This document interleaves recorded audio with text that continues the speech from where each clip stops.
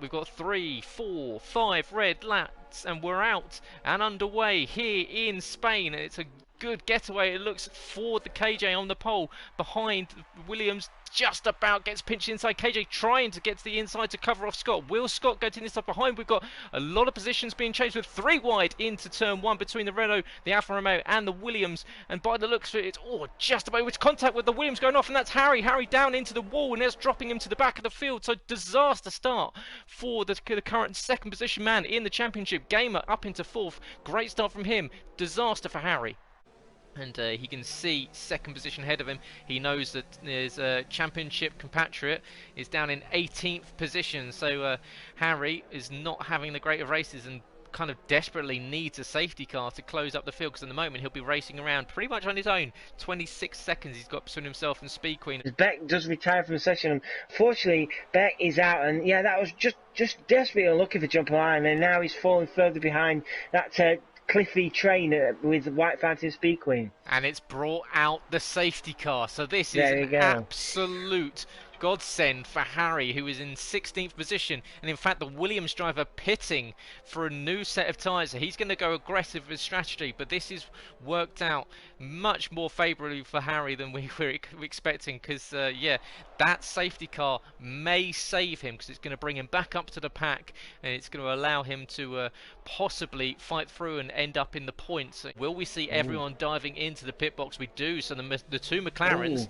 Now Scott Hercules is ahead.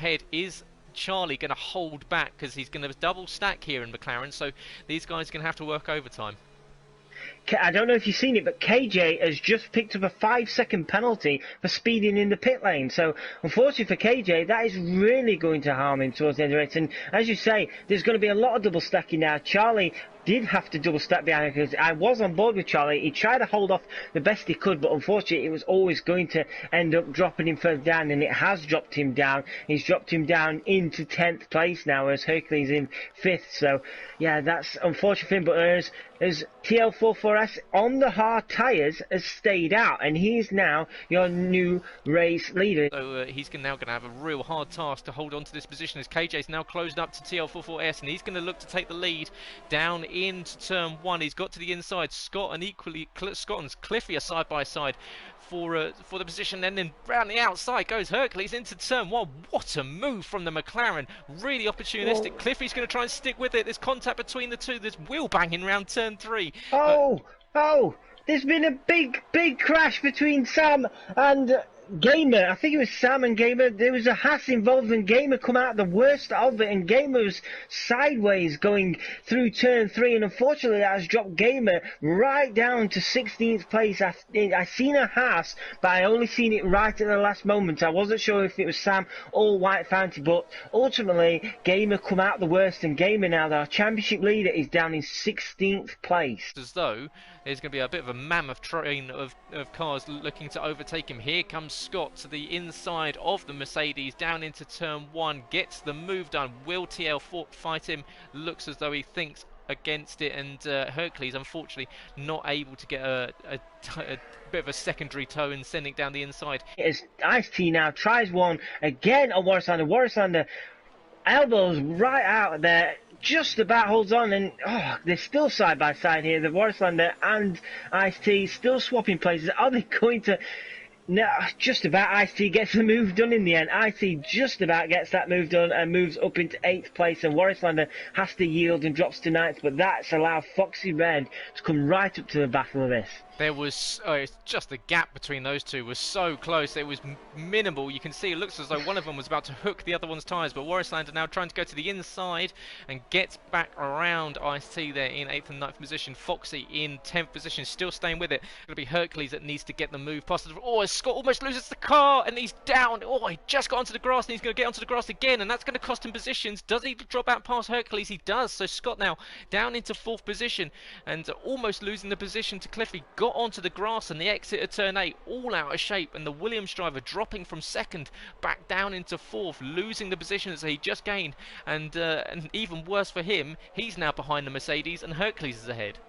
Scott has now cleared TL44S for third position, so he's back up into the podium places, but he's now behind his German rival with Hercules in second. KJ Tank now leading by 2.6 seconds. The McLaren of Charlie and the Haas team have had their issues in the past, but we'll see if they can resolve it pretty cleanly. But Charlie's now got a really good run. He's almost pushing the Haas down the back straight. A bit of bump drafting between the McLaren, but you can see even with DRS, he's struggling to get the move on. He's going to wait until the last minute to send it up the inside. Is it going to get done? It does just about get done, and he just sends it up the inside line. A little bit of wheel rubbing between the pair, but Charlie now up into sixth position. It's been a real tough session so far for CRG Gamer, and with Harry in ninth place with potentially three other cars still to come in as an opportunity tonight, doesn't he? Oh, Harry's lost it! Harry's completely lost it. He's out! He's lost it. What corner was that? Just before turn 10, turn 9, he dipped a tyre right out, and I apologise for the commentator's curse there, and unfortunately that has brought out the virtual safety car, and Harry was absolutely flying, just set the fastest lap of the race, dipped a tyre onto the grass, put him into the wall on the right, the wheel come off, race over for Harry. Unfortunately for him, it's going to be no points tonight from him. CRG Gamer will be breathing somewhat of a sigh of relief because his closest rival won't be scoring any points either tonight. And into the box comes KJ Tank, who has to serve a 5-second penalty before he puts on a new set of tyres. So the race leader is going to shave off a lot of time, and his teammate Cliffy double stacking behind. So his penalty is going to cost his teammate the chance as well, because Cliffy having to stack behind the racing point of a KJ who was having to wait for his penalty to be served. We're on to the last lap, lap 33 of 33. I'm right on board with KJ Elting, and right now he is ever so close to Foxy Red. Fourth place is there within his reach, but just slightly ahead is Charlie. He's only 1.4 seconds ahead of Foxy Red, so at the moment KJ Elting has a potential opportunity, not still fourth, but even potentially still third, because Charlie has a 3-second time penalty. It's going to be Hercules that will be coming round the final two corners now to pick up his first win of the season, and another one to add to his tally here in Invictus comes across the line. Hercules is your race winner for round 4 of the IRL F1 League. Scott in second position, and of course he's got that penalty. Will Charlie be able to overhaul him? He's got a 3-second penalty, unfortunately not able. KJ and Foxy Red just about, as you say, snatches a podium finish. FPL Charlie manages to use KJ's extra penalty to hold on ahead of him. So Foxy Red, an unlikely podium position, quickly takes a race victory in 47 minutes and 2 seconds, 10 seconds up the road from Scott. And Foxy Red from 10th to 3rd on the grid. So great race there from the Alfa Romeo. FPL Charlie is in 4th with KJL Tink, the pole man, unfortunately falling back to 5th position. Jumper Linen up to from 9th to 6th. So good race from him. Warrisland equally into the points from 11th into 7th. Cliffy finishes in the points from 19th to 8th. Great race from the Racing Point. And then we've got Ice T in 9th position. Sam, of course, made up with Adrian Lockhart late puncher. CRG Gamer finishing just outside of the points with